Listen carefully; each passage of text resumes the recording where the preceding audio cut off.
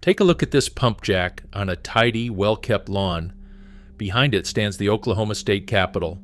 That well has been pumping crude oil from directly beneath the seat of state government for decades, and it is tapping one of the largest oil fields ever found in America.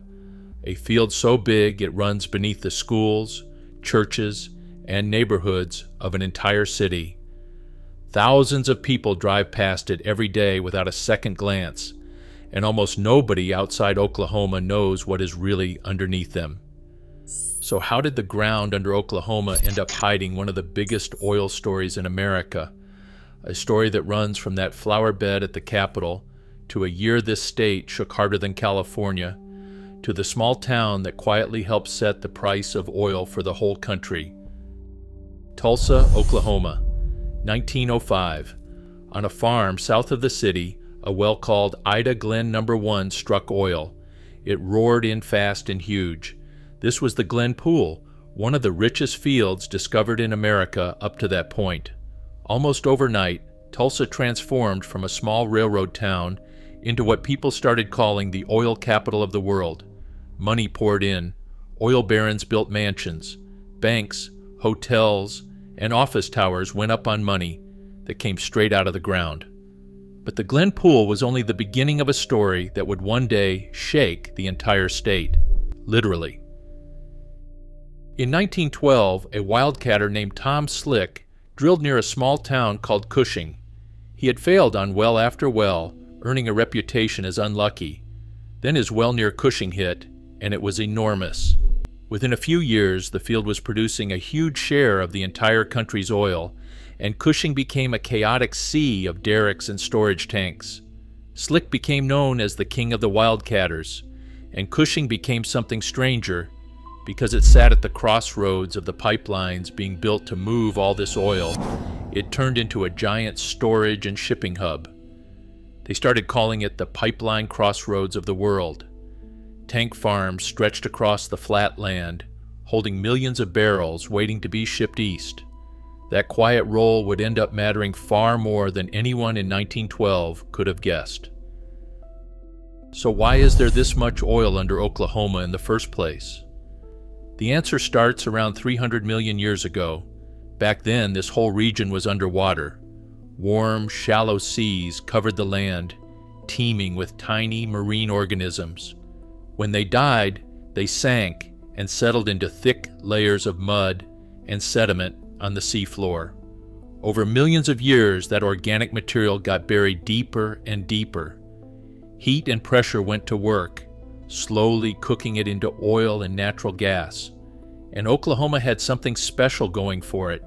In the western part of the state sits the Anadarko Basin, one of the deepest sedimentary basins on the entire continent. Just how deep? In the 1970s, a single well called Bertha Rogers was drilled straight down into this basin, past 30,000 feet. That is close to 6 miles into the earth, one of the deepest holes ever drilled anywhere on the planet, and it still did not reach the bottom. Beneath Oklahoma sits layer after layer of oil-bearing rock, stacked thousands of feet deep. Each of those layers can hold oil.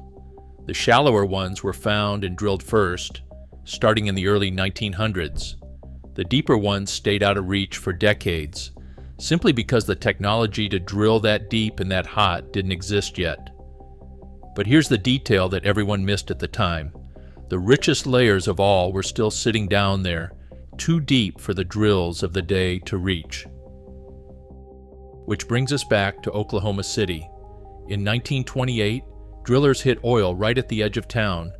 The Oklahoma City field turned out to be one of the largest in the country, and it ran directly under the growing city. So people did the only thing that made sense at the time. They drilled where the oil was, even if that meant drilling between houses, beside churches, and eventually on the grounds of the state capitol itself. In 1930, one of those city wells got away from the crew that drilled it. A well nicknamed Wild Mary Sudik blew out and roared uncontrolled for 11 days, spraying oil across the countryside and coating farms miles downwind. Crews finally wrestled it back under control, but the message was clear. There was so much pressure underground that the Earth was practically pushing the oil out on its own. For decades, that was Oklahoma's oil story: boomtowns, gushers, and pump jacks on the Capitol lawn. But in the 2010s, the ground started doing something it had never done before. Oklahoma had always been a quiet place, seismically. A couple of small, felt earthquakes a year at most. Then the number started climbing.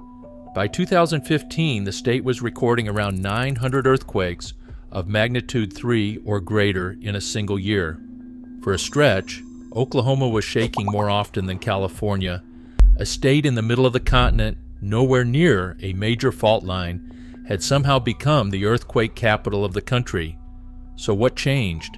The oil and gas boom had come roaring back, this time from new drilling and formations that produced enormous amounts of salt water along with the oil. That wastewater had to go somewhere. Companies pumped it back underground, deep into a formation called the Arbuckle, at volumes the state had never seen.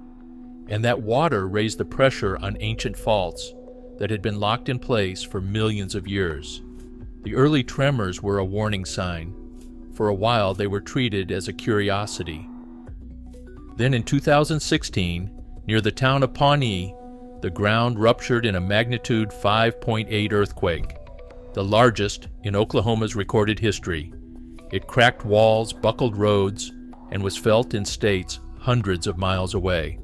Pay attention to this next part, because it is the detail that ties the whole story together. The earthquakes were not a natural mystery.